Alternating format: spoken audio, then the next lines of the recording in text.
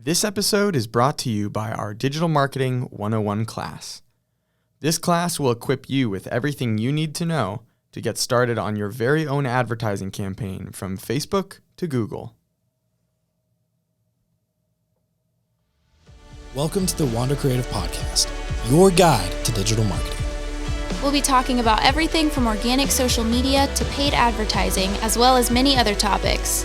So join us as we journey through the ever-changing world of digital marketing. Hey, welcome everybody to the Wander Creative Podcast. This is Matt, and I am joined here in the studio with Dan and Monica from the Wander Creative team. Today, we are going to be talking all about digital marketing. So as many of you know, or you may not know, if you are just happen to stumble upon this podcast, which if so, thank you for joining us and checking us out. Wander Creative is a digital marketing and content creation company. So this is definitely a topic that's right up our alley. We've been doing this for many, many years for clients all the way. We primarily work with people within the entertainment industry, so artists and labels, and we also have worked on several films and books and all types of stuff. So really excited to just dive into a very large overview of digital marketing, what that is, and hopefully give you some things to digest and be able to think about. And so we are joined, like I said, we have Dan here, who is our digital or director of digital marketing. Say hey. Hey, how's it going? What's up? Happy to be here. As Matt said, it's a awesome opportunity to be able to talk about digital marketing with you guys, and I think we have a few points of expertise in the matter. So excited. You know a thing or two. Yeah, excited to be here. All right, so let's dive right on in. So Dan, right out of the gate, where do you even begin? Like obviously most people know what digital marketing is. It's obviously advertising or marketing online or in a digital space, but what does that kind of mean? Where do you even begin? Yeah, that's a great question. And I mean, there's a lot to digest, and it really can change from one person to another in how they decide to tackle such a topic like this that's this big. I would say it's very tempting to want to start with budget, to be like, all right, well, the kind of first intimidating thing to me is spending. And I think that the problem I have with that is you probably wouldn't or shouldn't take $20 and go to the store and say, what can I get for $20? I'm going to spend it. But instead start with what a goal is. And so instead say, what do I need? And then ask the question, how much is it going to cost on the back end? I really like that. That's a great analogy. Yeah, that was a good analogy. Thank you. So it is tempting to start with budget. I would say let's start with what you need. So I think it would be best to start with a vision or goal / plan. So however you want to word that. Goal for what you want, then maybe discuss budget and how expensive it would be to get there. And then it would go into things like building an audience and then doing creative and copywriting, and everything flows from that. But as far as where do you even start, I would say, what's your need? And then address how to get there. What is a practical way for someone to know what their need actually is? Is there a way to, because a lot of people listening to this, they're probably, or at least a lot of the clients that we work with are within the creative realm. They might be an entrepreneur or small business owner. What are a couple of practical examples of what needs might be and how people can kind of determine what that need is? That's a really good question too. I think a big portion of it is, you just addressing what is it you are advertising? Are you trying to get people to a landing page? Are you trying to get people to sign up for an email campaign? Are you trying to get people to listen to a song that you've released? Those are all different areas of different ways to say a vision or a goal. So, say you have a new website and you want people to go to it to learn more about your organization. then your kind of goal would be a traffic campaign. That's pretty traditional, pretty standard. But if it's something like, hey, I really want to build my email list or my text list, then you would say, all right, we're looking at a lead generation campaign, which is going to cost a little bit maybe more per acquisition or per conversion. And so it's kind of, in my mind, the way I think about starting with a vision or a goal. It's really, what is your ask? What are you asking the consumer to partake in?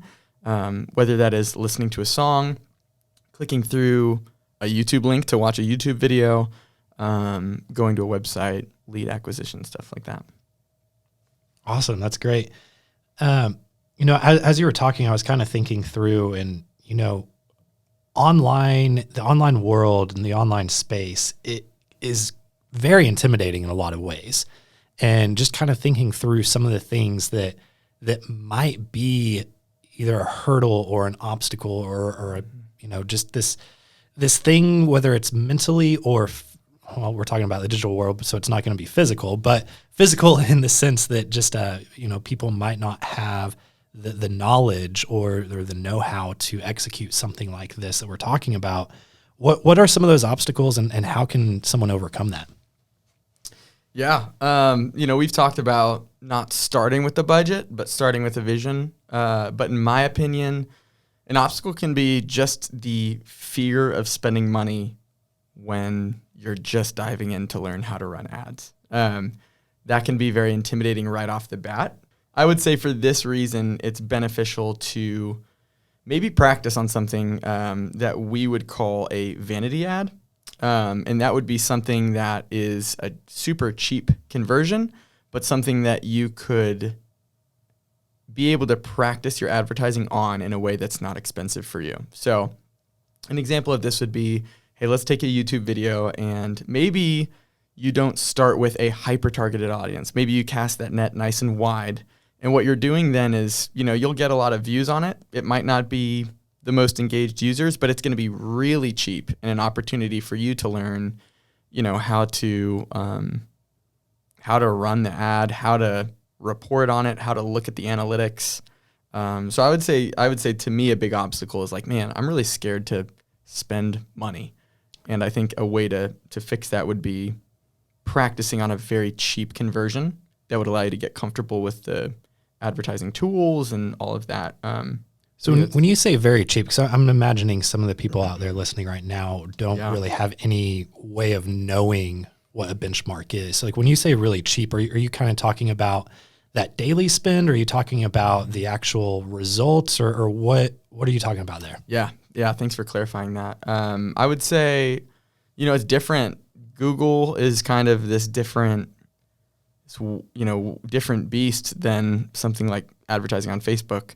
If we're talking a YouTube ad or saying like, I really want to practice on Google, I think practicing on YouTube is the way to go, because you can say, I'm not even really going to target anyone. I'm just going to kind of let this run. I'm going to look at the targeting and stuff like that. But we're talking less than a cent per view on that. So that allows you to dig in and say, all right, I'm just getting comfortable. I don't have to spend $100 even to practice on that. You could start with 50, 25.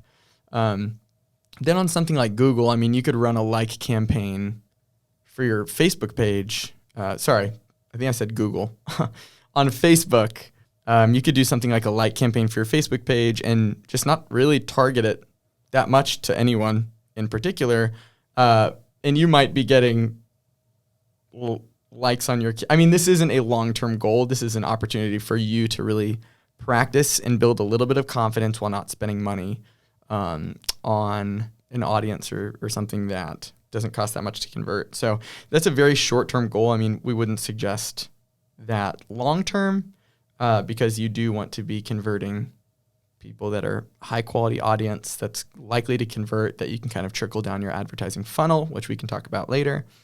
But yeah, I would say that's kind of an obstacle to the fear of spending money, is start on a campaign that's less hyper-targeted, so it'll cost you less to do it. And the benefit to that is, we always suggest throwing a wider net out to start and then funneling that audience down into more and more targeting and retargeting in ways that'll get people more and more engaged until they finally purchase or maybe even listen or whatever that ask is, or, give their email away. So yeah, I would say that's kind of the big fear in my mind. Yeah, absolutely. You mentioned kind of those thresholds, like $100, $75, $50, $25. Is there too much to spend during this phase or too little? Like what's kind of that entry mark into the arena, so to speak? Yeah, definitely it depends on what your goal is that we talked about at the beginning. I mean, like we said, lead gen. So that would be giving away their email, giving away their text, their phone number. Those are things people hold tight to the chest, and that's something that people aren't going to want to give up as easily as it would be like, okay, yeah, that's an interesting ad. I'll click on that and see what their website's like. So people kind of view emails and phone numbers like passwords. Like, I don't just want to give it out.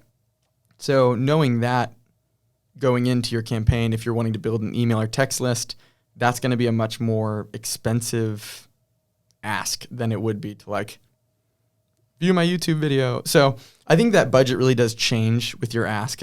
I would not start spending crazy money as you're learning at the very beginning. But, as you get more comfortable, I would say it all depends also on, your goal could be what kind of campaign are you running? Are you running a traffic or a view or a lead gen? But then you have further goals that you can set for yourself beyond that, like how many people is my goal to get to my website, or how many people do I want to stream my song? And then from that point on, you would break it down to the reporting metrics on Facebook that would be like, all right, well, I know it's costing me 20 cents to have someone click through to my landing page. And you can adjust your budget based on that. Like, okay, in that case, I will need blank amount of dollars to get blank amount of people there. So it really is kind of like backwards engineering. It kind of reminds me of geometry when we were kids, like doing what are they called? Proofs, where you kind of have to take two things and work backwards. Sometimes that's how it feels with certain elements of advertising. But so there needs to be some wiggle room in budget. There needs to be some wiggle room in expectations and what's realistically going to be able to be done with your budget. But that's a really good question. Great. Now, I know we're going to get into a lot of more complex, different philosophies of marketing and different tactics of marketing in future episodes. But right now, I want to just go into a little bit more about that point of entry. And Monica, this might also be a good question for you. Like, we've all been scrolling in our Instagram, and we either see sponsored feed posts in our feed or on stories. And then, I always see that little boost now button or whatever. I don't remember the exact terminology, but it says boost post or something like that. And, you can reach X amount of people for $5 a day, or for $10, you're going to get however many likes. Mm-hmm. Is that a good point of entry, or are you kind of talking about something more complex? Yeah. I mean, you want me to start with that? Yeah, go ahead. Yeah. I mean, I would say that, to your point, Matt, that's a great point of entry. If you guys do a little bit of research on this, a lot of other advertisers would kind of echo the idea that might be okay for some very basic asks, such as like, I just want to boost engagement on this post, a very minute ask. And therefore, that could be a great way to kind of get started. However, the difference to me is that is not done on the advertising back end of, if we're talking Facebook. That's done kind of just within this little mini, okay, yeah, like we can boost this, or just kind of choose a location, choose a little audience, and then go. So it is, I would call it not even advertising 101. I would call it like absolute beginning. Like very beginner. That's what I would say, especially like, I feel like that is a good route if you're trying to just kind of dip your toes into the concept of spending money on things like that, because I'm sure even that for people just starting out is kind of a big step. Like, okay, I'm actually paying for this, but I would agree. I think that is just a beginning step. Yeah, and I mean, one other thing to note is if you are down the road wanting to boost engagement on a post, it's actually smarter to go into the advertising backend on Facebook. And I know we're kind of getting into the nitty gritty here, but if you ever see that button and you're a little bit more advanced, or you at least know how to run ads on Facebook and Instagram, it's better to go into the actual creation on the ads manager side of things. And then when you're in the actual ad side, you can actually choose from create new post or select an existing post. And by doing that, you're actually allowing yourself to have much more options. It's going to be much more optimized. And that's kind of the smarter route to go there. So to answer your question in a very long way, roundabout sort of way, I would say it's awesome for the very first step. And then I would say anything beyond that, maybe kind of start learning the back end of the ads manager if we're talking Facebook and Instagram. So awesome. So what I feel like I've kind of been hearing you say so far is, a lot of just dipping your toes into it is just kind of trial and error. But once you've done that a couple of times, I imagine you're going to want to get a little bit more strategic about the way you're doing it. Maybe the places that you're spending money, or just, you mentioned at the very beginning, knowing what your objective is, knowing what that goal is.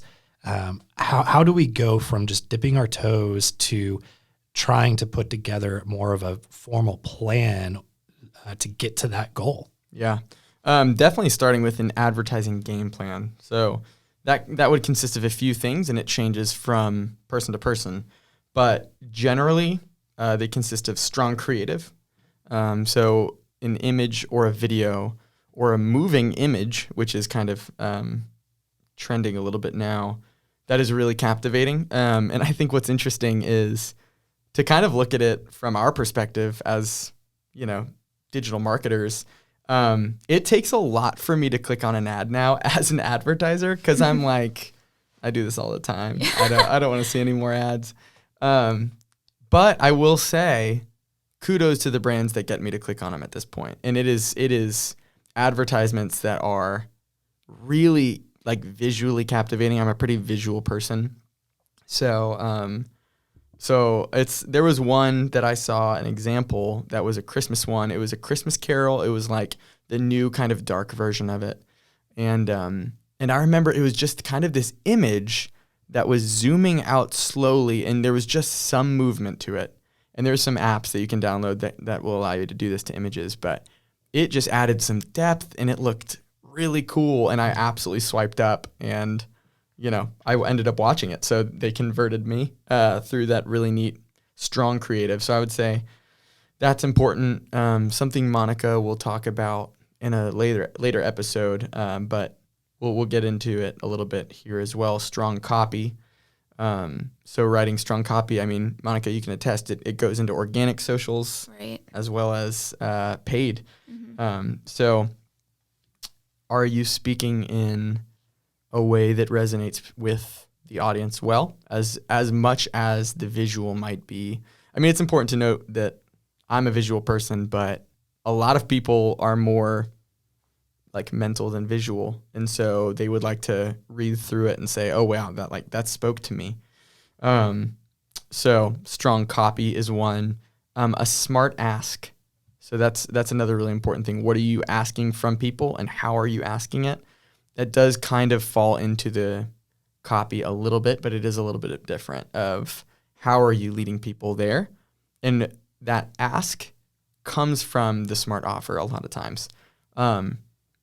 So it might be something you're willing to give them. If you're doing lead acquisition, you almost can't even really do it without offering the audience something in return for giving up something that's valuable to them. We have a digital advertising 101 class that we'll talk a little bit about as well, and you guys will hear us talk about it over time. But an example I used in that was like, it kind of reminds me of that person in the movies that's like sleeping and holding on to something, and the person who's awake wants to grab that thing from the sleeping person, but in order to do it, they have to replace it with something else before they like notice it's gone. And so if someone's holding tightly to their data, however that is, whether it's, emails or addresses, names, phone numbers, you have to put something in its place. And that might be a free PDF. That's whatever. It might be early access to a single. It might be whatever that looks like. But that strong offer goes kind of hand in hand with that ask. What are you asking from your audience, and what can you offer them? It could even be an amazing song experience like you've never heard. Like the ask could be part of what you're trying to lead them to, or the offer. But yeah, those are a few of the things that are ways to navigate around starting a campaign and the difficulty behind that. Yeah, I love that. So, all right, so we have figured out what our end goal is. We've set that vision out. We've dipped our toes in, and we now have a strong game plan that includes strong creative, strong copy, a smart ask, and a strong offer. How do we now move into making sure that all of the pieces are in place and it's getting seen by the right people? That's a really good question. Audience creation is probably my favorite aspect of advertising. I think what's really neat about it is it's truly finding and targeting those who are most likely to engage with your brand, which if you think about it, that's kind of the point of what we do. It's finding the right people, leading the horse to water. And as we mentioned in our Ad 101 class, not to keep shamelessly plugging it, but I will because it's good. It all starts with your consumer persona. So consumer persona is something where you would think about, okay, I have a new song coming out and it's for, men or women aged this through this. And then you kind of create an average personality of someone who would be like the ideal fan of your music. And then building an audience around that. So giving, it a little bit age younger and a little bit older than your persona. And I think that's the best way to think about saying, okay, really dig deep into the customer persona. Like, what other music would they like to listen to? Like, really kind of get Hollywood with it and say, they have a personality. What do they like? What do they dislike? What did they stay away from? What are things to avoid targeting with this person? And that customer persona helps you build an audience, and that's an audience that's hopefully likely to engage. And what's great is on platforms like Facebook, Instagram, you can test them against each other. You can build a few different audiences. You can, and then just see which one performs the strongest. And so, finding that person to really go for the smart ask that we talked about, for the strong creative, it's like they all go so hand in hand that it's hard to say one thing is more important than the other, but they are all very important in advertising. Yeah, no, I think that's great because you kind of think through. I don't remember the exact number, but at this point, there's a couple of billion people online right now. And so when you kind of think through that and you're thinking, oh my goodness, there is so much potential to be able to reach literally every edge of the earth, essentially. And that can get a little overwhelming. And most of the time, especially I feel like, if you are running a small company or if you are a creative, you're more so just thinking about your little slice of the world rather than thinking about the world as a whole. So it's almost counterintuitive for most people, I would imagine, to be thinking, oh, I have this new song or I have this new product that is specifically for this slice of the pie, and then being able to realize that you can go after that slice of the pie very effectively with a lot of the tools that either Facebook or Google or third parties have given you. Yeah, that's really good. Yeah. So speaking of tools, I imagine there are, you're not just sitting aimlessly wandering around. What are some of the tools that you like to use? Yeah, I think, so we've talked about, like you said, Matt, there are so many other areas you can advertise. There's TikTok, there's Spotify, there's so many places. I think the best places to learn still personally are Google and Facebook. Facebook to me is what I started learning on, and it's what I think can be very simple. So for anyone who's listening to this who's wanting to dip their toes in the big pool of advertising, I would say a tool on Facebook that I love is the audience creation tool. And so that kind of flows well from our previous conversation. But the neat thing about audience creation is it doesn't cost you a dime, but you can go in and then click saved audience and truly dive into, okay, well, what would my audience size be if I chose people who were this demographic or even made this percentage of income in the United States. So that is a free tool for you to be able to dive in and say, all right, I'm going to practice building audiences. And I think that that's a very great tool for any advertiser who is about to gear up to take that plunge into advertising. A lot of great stuff, and I can't wait to dive in more on some more complex stuff coming up in future episodes. But for now, I think the audience has some great stuff to start going and putting in place. I think so. Yeah. That was great. Excited, guys. All right, guys. Well, I think we're going to head you right into the digital marketing quick tip of the podcast. As we said in the last episode, we'll be ending every episode with a digital marketing quick tip for you guys. And that's just hopefully a little nugget of information that you guys can take with you on your day. So we'll head right into it. Thank you guys for listening. This week's digital marketing quick tip is to write copy that resonates with your audience. Like we discussed earlier in the podcast, once you've found your target audience, you will be able to determine a brand voice that you can keep consistent throughout your campaign. Thanks for listening to the Wander Creative Podcast. We hope that today's episode inspired and equipped you to take on the ever-changing digital marketing landscape. If you missed anything from today's episode, don't worry. We took all of the notes for you. Access this episode's show notes at wandercreative.com/podcast. And could you also do us a favor? Let us know that you loved this episode by following the Wander Creative Podcast and leaving a positive review on whatever platform you consume podcasts. We'll catch you next time on the Wander Creative Podcast, and until then, we hope that you make the most out of all that the digital world has to offer you.